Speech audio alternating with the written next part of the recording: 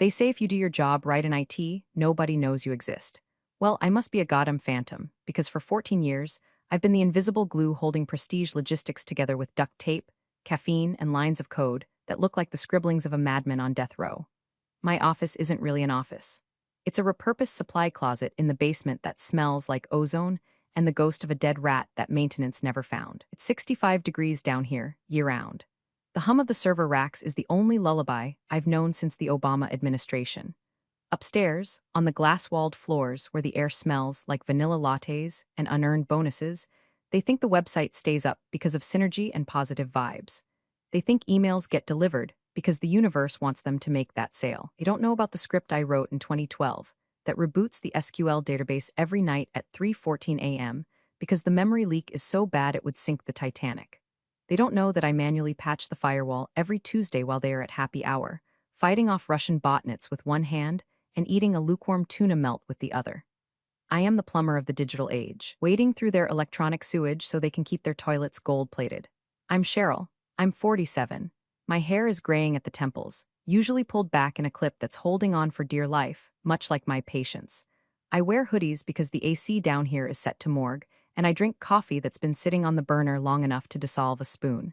Speaking of dissolving, if you want to see how I dissolved a multi-million-dollar company without getting off my ass, go ahead and hit subscribe. It costs you $0, which is exactly what my dignity was worth to these people. Anyway, back to the dumpster fire. The founder, Old Man Henderson, used to come down here. He was a bastard, but he was a smart bastard. He knew the difference between a router and a toaster. He knew that I held the keys to the kingdom. He'd slap me on the back, hand me a Christmas bonus check that actually cleared, and say, "Keep the lights on, Cheryl." But Henderson got soft. He got rich. And then, inevitably, he got a midlife crisis that manifested in the form of a Porsche he couldn't drive and a new wife he couldn't handle. He retired to a golf course in Florida to wait for melanoma, leaving the company in the hands of the next generation. That was the beginning of the end. The silence down here changed. It stopped feeling like a sanctuary and started feeling like a waiting room for disaster. I could feel the vibrations from the floor above, the heavy footsteps of incompetence marching in. I sat there last Monday, staring at the blinking green lights of the rack. Green means good. Green means money. Green means I did my job. I had a terminal window open, watching the traffic flow like blood through a vein. It was beautiful in a sick, industrial way. I created this architecture. I built the DNS routing from scratch when we were just a warehouse with a dial-up modem. Every error page, every redirect, every load balancer, that's my DNA in there. But to the suits upstairs, I'm just IT grandma. I'm the grim reaper who shows up to tell them they can't install TikTok on their work laptops. I'm the necessary evil. I checked my bank account on my second monitor.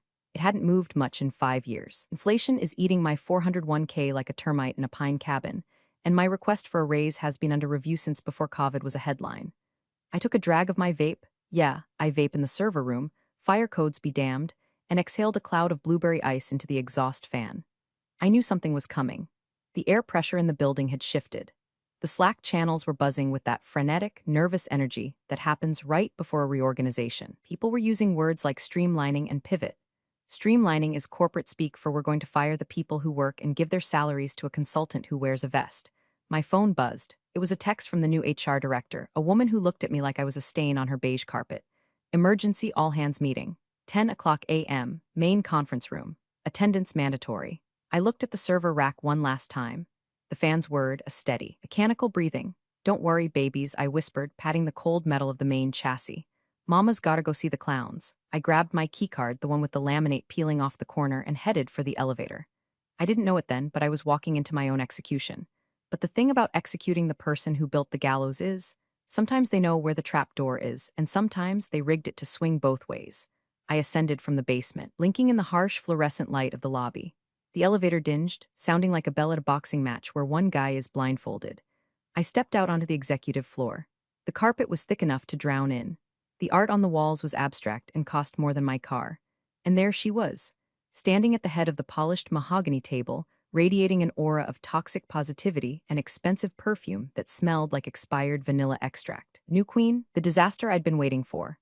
The conference room smelled like fear and dry erase markers.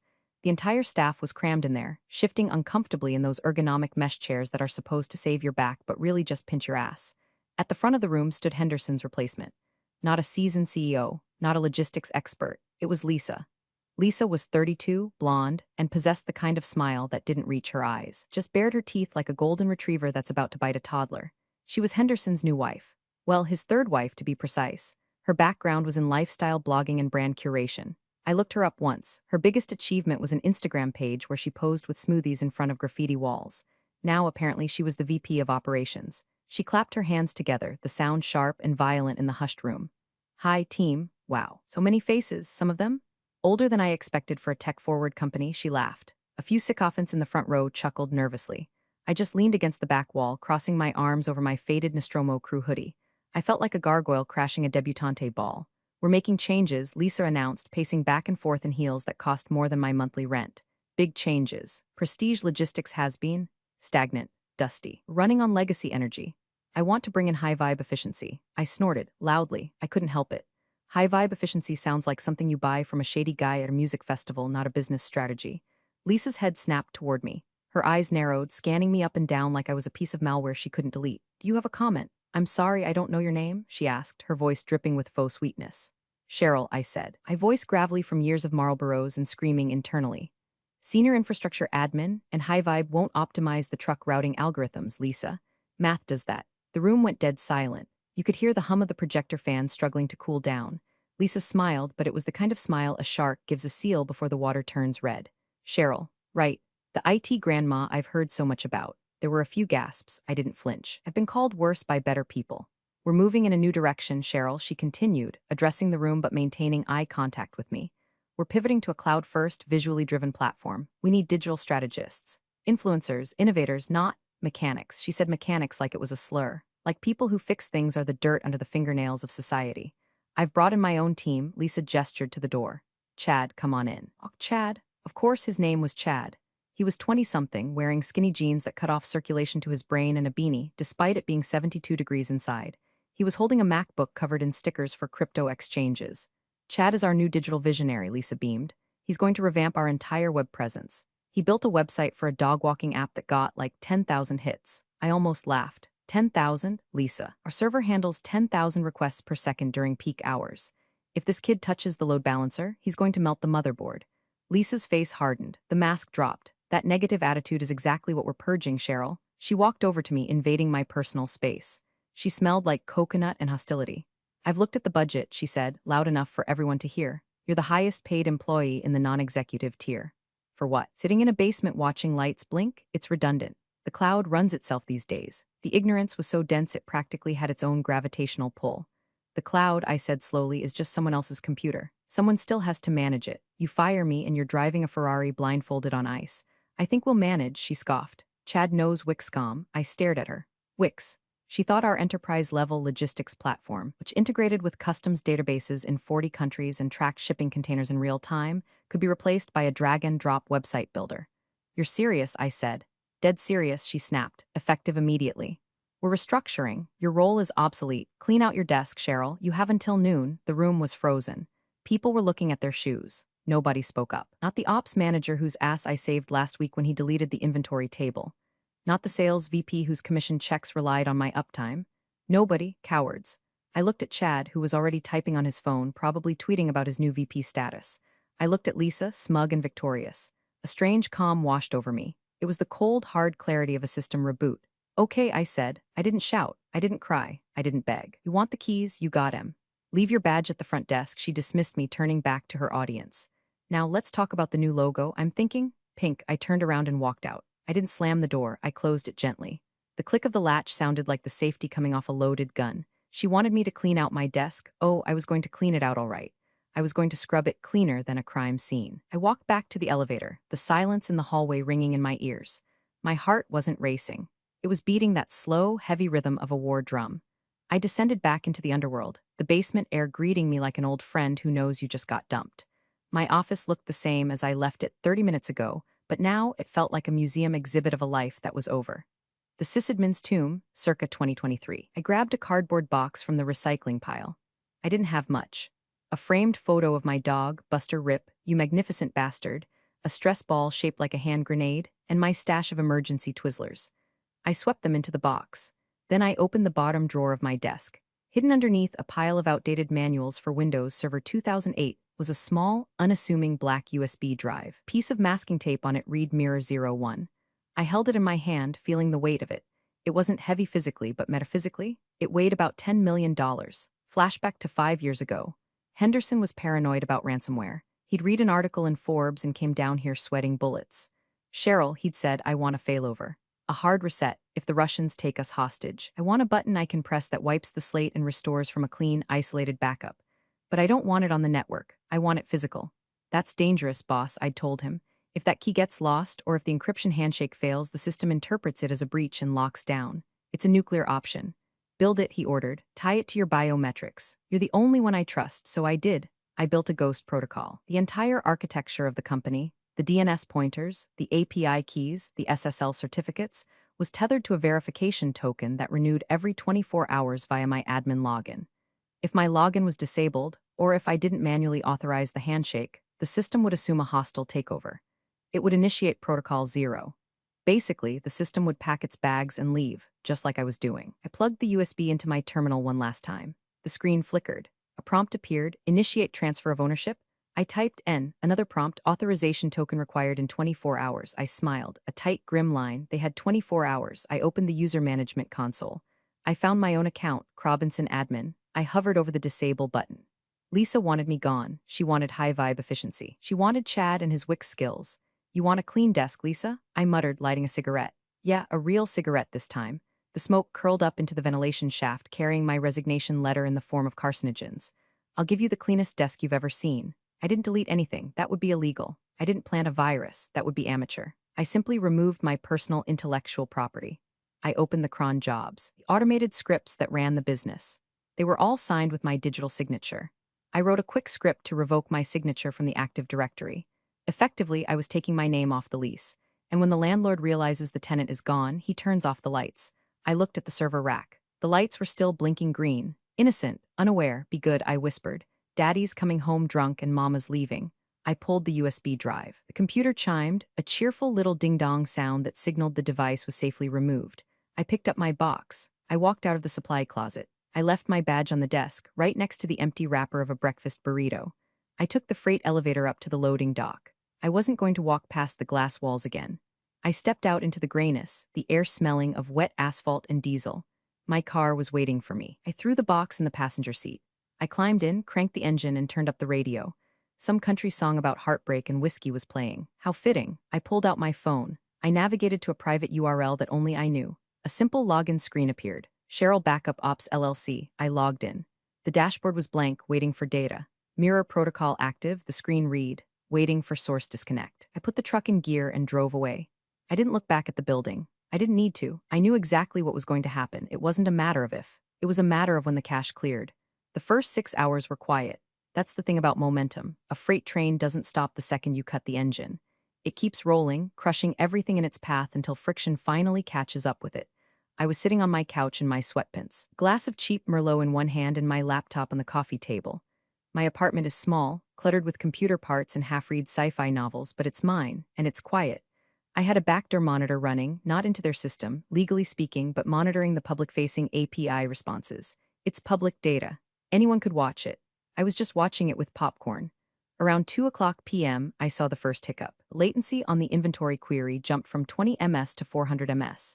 There it is, I whispered, swirling my wine. The cache is getting stale. Back at the office, I imagined the scene.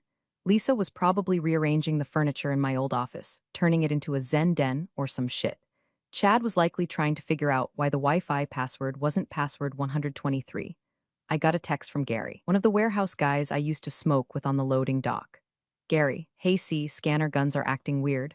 Lagging like crazy. You doing updates? I didn't reply. I couldn't. I wasn't an employee anymore. Replying would be consulting, and I didn't have a contract. By 4:00 p.m., the latency was up to 2 seconds. In the world of high-frequency logistics, 2 seconds is an eternity. It's the difference between a truck making a delivery and a truck sitting at a gate getting fined by the minute. I checked the website. The banner image, a stock photo of a handshake that Lisa probably picked out, was failing to load. It was just a broken image icon, a little jagged square of failure. Chad was probably sweating now, just a little.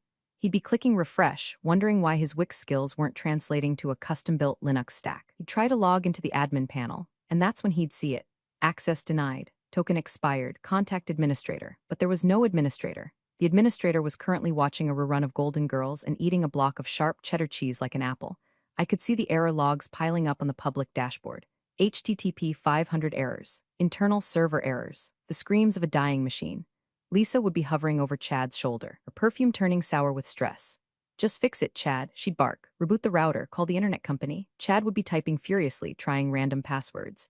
Admin 1, root, God, Lisa rocks, nothing would work. Because the authentication server was looking for my biometric hash, and unless Chad had severed my thumb and kept it in his pocket, he wasn't getting in. I poured another glass of wine. The sun was setting, casting long shadows across my living room. I felt a strange mixture of sadness and exhilaration. It's hard to watch something you built die. It's like watching your child get arrested. You know it's their fault, but you still remember when they were cute and innocent. But then I remembered Lisa's face. Clean out your desk, IT grandma. The sadness evaporated. The phone started ringing around 5:30 p.m. It was the general office number. I let it go to voicemail. Then came a text from an unknown number. Unknown, hey Cheryl, it's Chad. A weird question, did you leave the passwords anywhere? We're locked out. I chuckled. Locked out? Buddy, you haven't even found the door yet. I blocked the number. The illusion of control was shattering. They thought they bought a car. They didn't realize they just leased the driver, and without the driver, the car is just a 2-ton paperweight. The real fun was going to start tomorrow morning. Monday, the busiest shipping day of the week. I set my alarm for 8 a.m. I wanted to be fully awake for the apocalypse. Monday morning dawned with the gray, oppressive sky of winter. I woke up stretched and made a pot of coffee strong enough to strip paint. I didn't have to commute. I didn't have to put on a bra. I was a free woman. I opened my laptop. The Prestige Logistics website wasn't just slow. It was gone. 404 not found. It wasn't just the home page. The API endpoints were dead. The vendor portals were dark. The email server, unreachable. I took a sip of coffee and imagined the scene at headquarters. It wouldn't be a Zen den anymore. It would be a mosh pit of despair. At 9 a.m., the automated orders usually start flooding in from the East Coast distributors. Thousands of orders a minute. Today, 0. My phone started buzzing again. Not texts this time. Calls. First, it was the HR lady. Blocked, then the ops manager. Blocked. Then a number I didn't recognize, probably a frantic board member. Silenced. I logged into Twitter or X, whatever the hell it is now, and searched for Prestige Logistics. The tweets were rolling in. At Trucker Dave 88, been sitting at the dock for 3 hours. Prestige system down, no manifest, no load. WTF is going on? Hash Prestige Logistics hash trucking hell at Global Imports LLC. At Prestige Logistics, your vendor portal is 404. We have perishable goods waiting. Answer the phone. At Karen from Finance, not actual handle, but close enough. Is Prestige Logistics bankrupt? Their website is gone. I leaned back, lighting a cigarette. The smoke swirled around the screen. The internal systems, the ones I knew intimately, would be in cascading failure. The database, unable to verify the admin token, would have locked itself in safe mode, which basically means read-only. They could see the data, maybe, but they couldn't add new orders, couldn't print shipping labels, couldn't process payments. The warehouse would be a graveyard. Conveyor belts halted. Scanners beeping angry red error tones, forklifts idling, and Lisa. Oh, Lisa, she'd be screaming. I knew it, she'd be screaming at Chad. You said you were a visionary, she'd shriek. It's legacy code. Chad would bleat, sweating through his beanie. She sabotaged it. She put a logic bomb in here. It wasn't a bomb, Chad. It was a dead man's switch, and the man is dead. At 10:15 a.m., the realization would hit the C-suite. This wasn't a glitch. This was an outage, and every minute they were down, they were losing roughly $10,000 in revenue. $10,000. $20,000. $30,000. By lunch. It'd have lost $500,000. My phone rang again. This time I looked at the screen. Lisa, new boss. I watched it ring. I watched the name dance on the screen. I took a drag of my cigarette. Let it burn, I whispered. I didn't answer. I went to the kitchen and made myself a sandwich, a really good sandwich. Turkey, Swiss, extra pickles, and a healthy dose of I told you so mustard. When I came back, there were 12 missed calls from Lisa. 5 from the CFO. 3 from Henderson. He must have paused his golf game. The panic had spread. It wasn't just an IT problem anymore. It was an existential threat. The digital heart of the company had stopped beating, and they had fired the only cardiologist in the state. I sat down and opened a new terminal window. I wasn't logging into their system. I was logging into my backup server, the one hosting the mirror data. It was pristine, ready, waiting. I checked the timestamp. 24 hours and 50 minutes since my departure. The lockout was total. The silence in my apartment was beautiful. But the silence coming from the Prestige Logistics IP address, that was a symphony. By 2 p.m. Monday, the bleeding wasn't just internal, it was arterial. I imagined the boardroom smelled less like vanilla and more like armpit sweat and stale donuts. Henderson had conferenced in from Florida. I could picture him, red-faced in a polo shirt, screaming into a speakerphone. What do you mean admin access restricted? His voice would be booming. It's my company. We're trying to bypass the firewall. Chad would be mumbling, typing commands he found on Stack Overflow that were definitely making things worse. But the encryption? It's 256-bit custom hashing. I can't just break it. Why isn't Cheryl fixing this? Henderson would demand. And then the silence. The heavy, suffocating silence where Lisa had to speak. We. Let her go, Lisa would whisper. You what? We're restructuring. She was resistant to the new vision. Chad said he could handle the migration. Chad, Henderson's voice would crack. The kid who looks like he sells weed at a skate park. You fired Cheryl? Cheryl who built the damn server rack with a screwdriver and a prayer? The CFO, a guy named Marcus who was actually decent but spineless, would chime in. Sir, losing approximately $15,000 a minute. The vendors are triggering penalty clauses for non-fulfillment. If we aren't back online by 5 p.m., we lose the Amazon contract.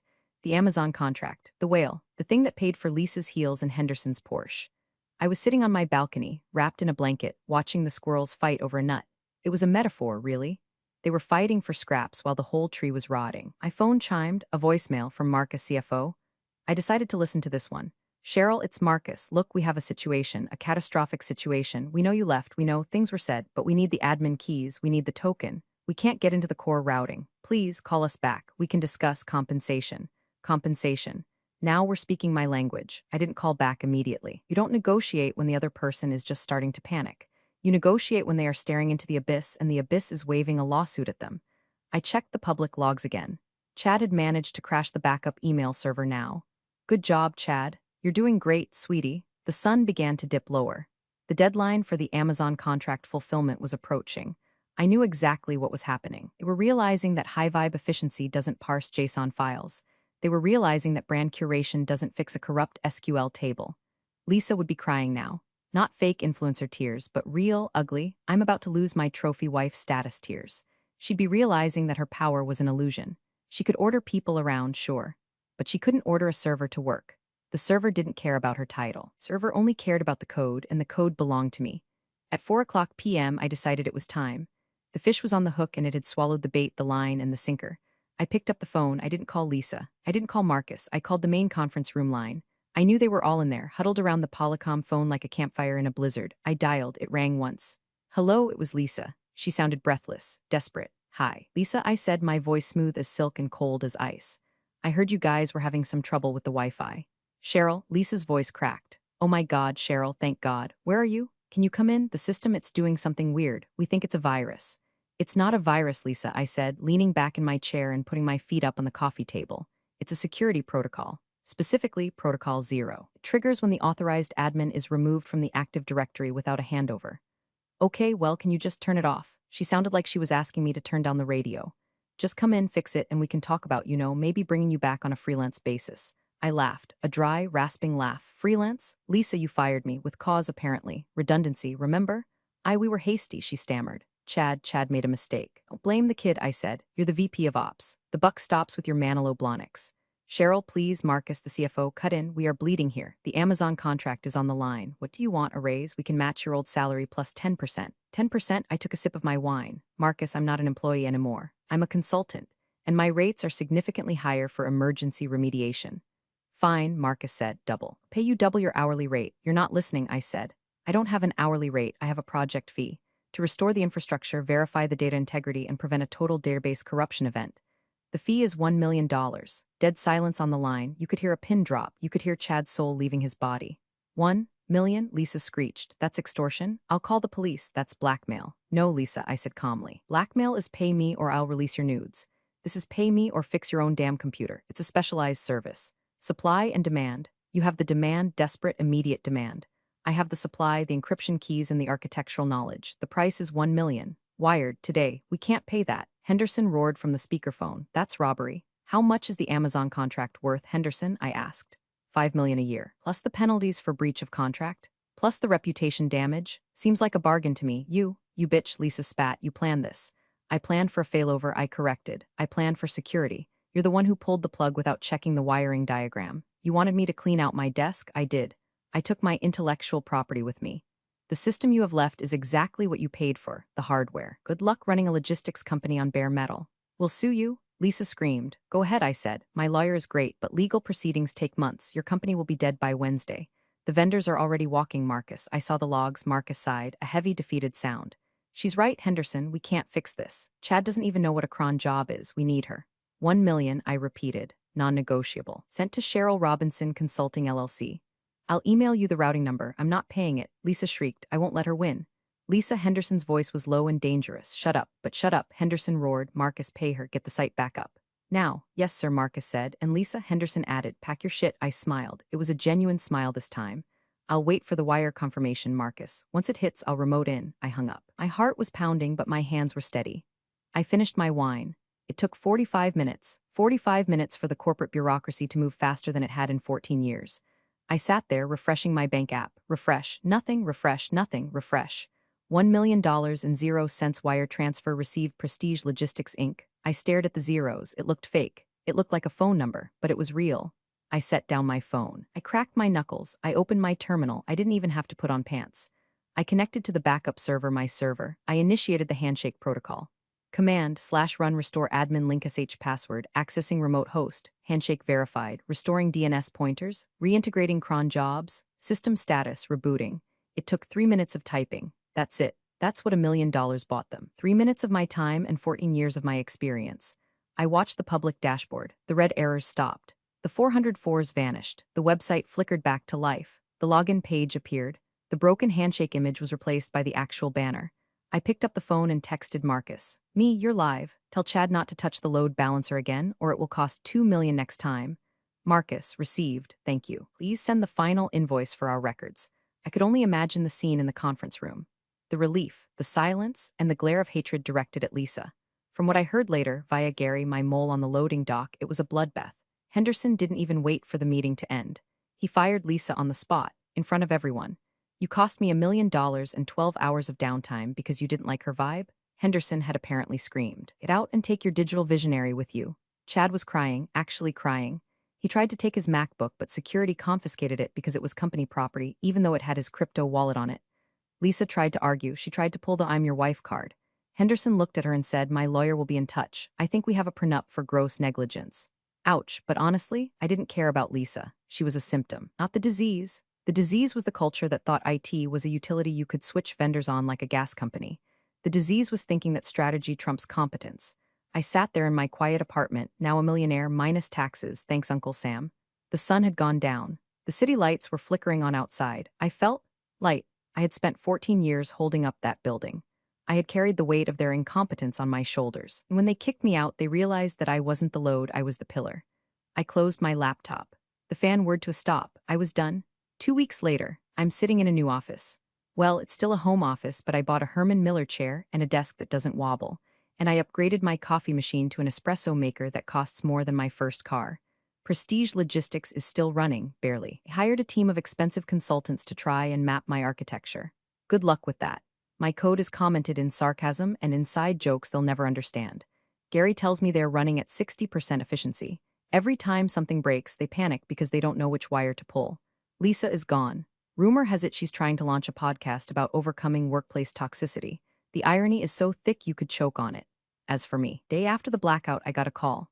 It was from the VP of Operations at Global Imports, Prestige's biggest vendor. The one who tweeted at them. Cheryl, he said. Marcus told me what happened. Off the record, that was the most gangster move I've ever seen. It was just business, I said. We need someone who understands infrastructure like that, he said. We're tired of Prestige's latency. We're building our own internal logistics routing. We want you to architect it. Consulting basis only, I said. And I work from home. And I don't do team building exercises. Done, he said. So now I run Cheryl Robinson Consulting. I have one client, I work 4 hours a day, and I make triple what I made in that dungeon basement. I still wear my hoodie. I still chain smoke Marlboros on the balcony now. I'm trying to be classy. Tonight, I'm drinking a glass of 18-year-old scotch. Have YouTube open on my massive 4K monitor. Danny DeVito eating a hard-boiled egg asthma. The title reads, I hit play. The crunching sounds are strangely soothing. I think about Henderson, poorer and divorced again. I think about Lisa, shilling essential oils or whatever she's doing now. I think about Chad, probably ruining some other company's SEO. I take a sip of scotch. They thought they could delete me. They thought I was just a line item in a budget. They forgot the first rule of IT. You can replace the hardware. You can update the software. But you never, ever damn with the sysadmin who knows where the bodies are buried. Because sometimes we didn't just bury the bodies. We dug the graves, poured the concrete, and wrote the code that keeps the cemetery locked. I close my eyes, listening to Danny DeVito chew. we're all healed. Thanks for watching, you cubicle warriors. Hit that subscribe button. Unless you're my old boss, then you're on your own. Revenge of the coffee pot strikes again.